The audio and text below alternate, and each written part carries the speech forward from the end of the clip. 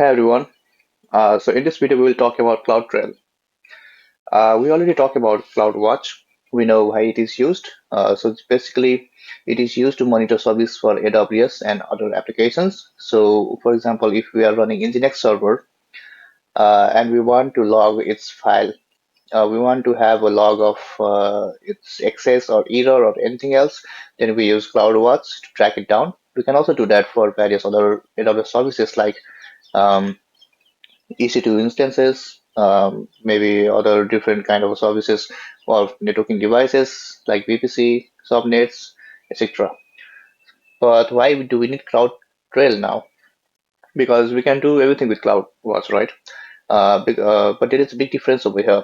CloudTrail, so it is mainly concerned with what is done on AWS and by whom. So CloudWatch is something that logs what is happening inside the Nginx server, what the Nginx server access is doing, if someone is trying to access it or not, if there is an error or not.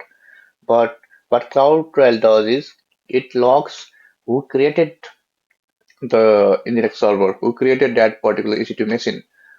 So you get the idea. So one is for the logs of monitoring, and another one is for the logs of auditing. So that's the big difference. So let's start with the CloudTrail. Just go to CloudTrail console. We don't really need a workbook for this one. We can just just name it. I'm just going to name it CloudTrail log. Let's say we're going to do something specific for EC2 management. So EC2, we're just going to say management trail. Okay.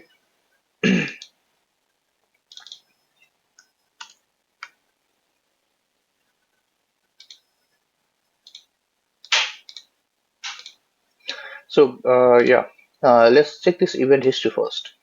So in the event history, you can see, yeah, so usernames, so who have done this particular action. So these are the events.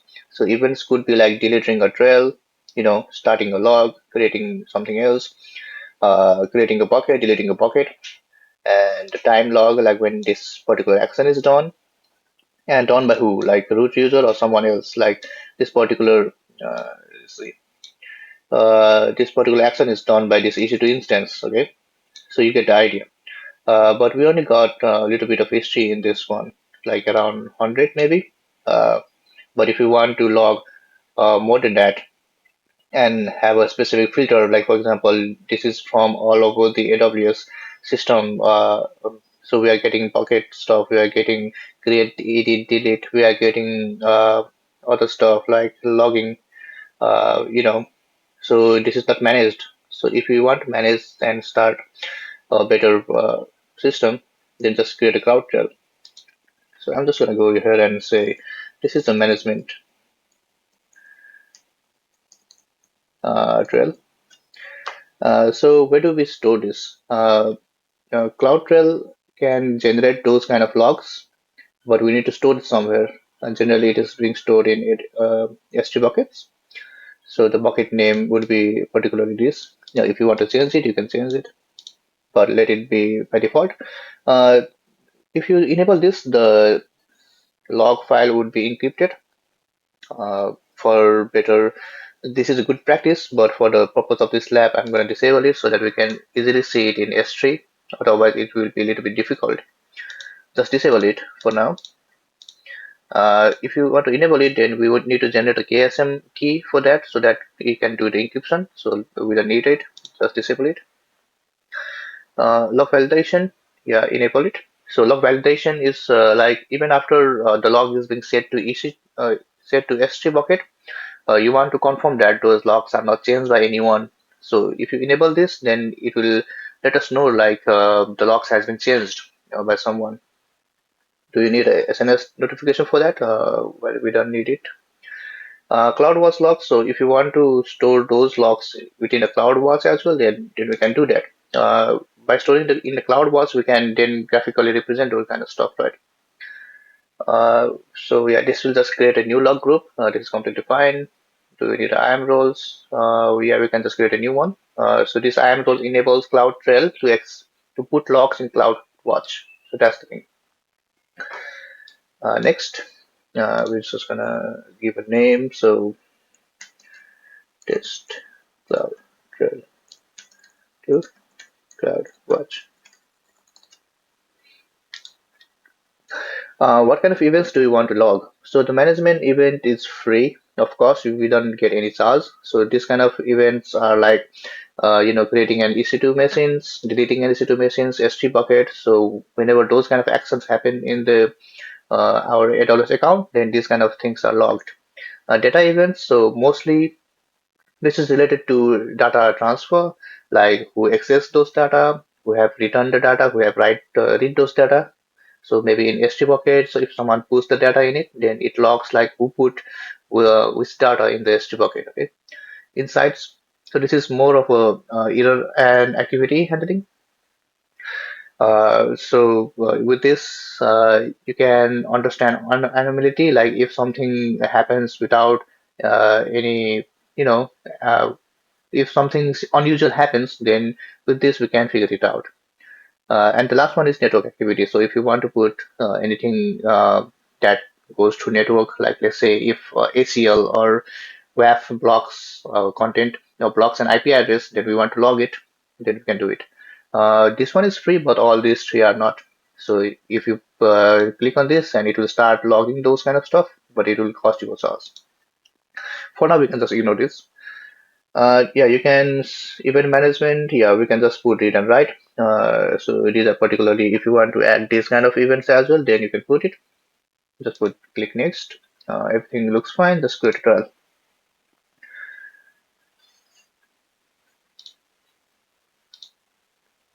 This might take some time.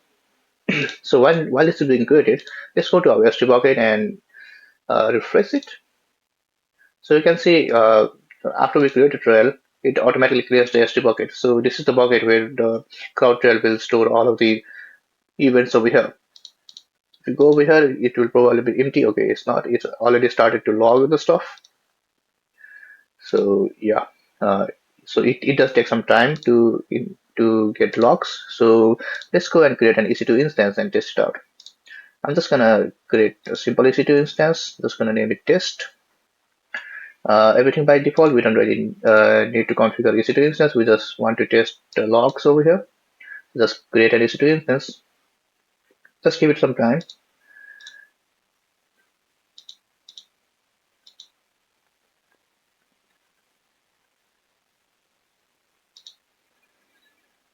We can just refresh the page.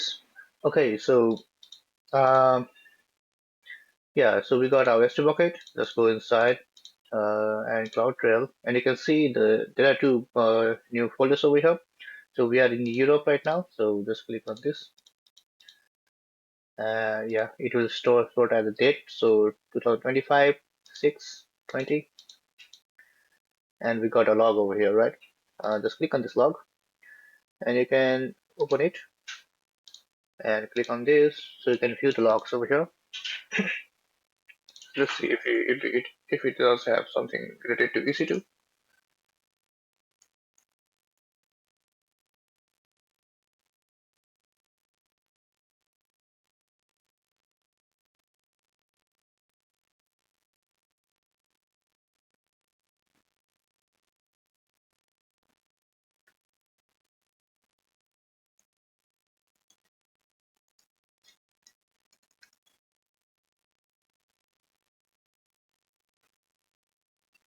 So you can even scan with the this ID. Let's just go to our EC2 instance, and let's check this out. We just created the test ID. Go over here. Sorry, go over here and test ID. Yeah. Do we have any other log for this one? So you can see there are logs over here that represent the creation of this particular EC2 instance. So you can go and see there it's getting some attachment stuff. This is probably the attachment of network interface, yeah, right?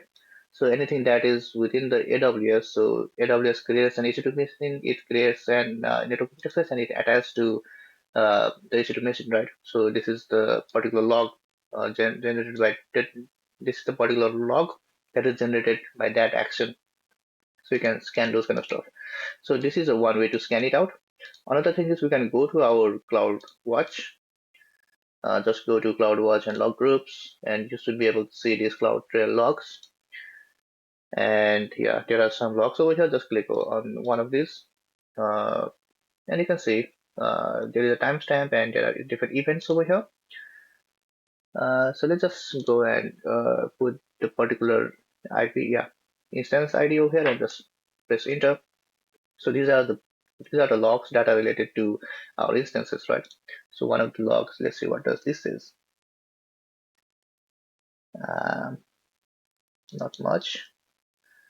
Let's just see any other logs related to this particular instance. So you get the idea, right?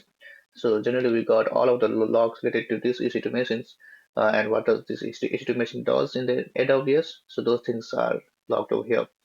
So yeah, that's it for this lab. So in this lab we access the CloudTrail, went to CloudWatch to get the access logs, and also in S3 we got logs for EC2 machine that we created. Yeah, thank you.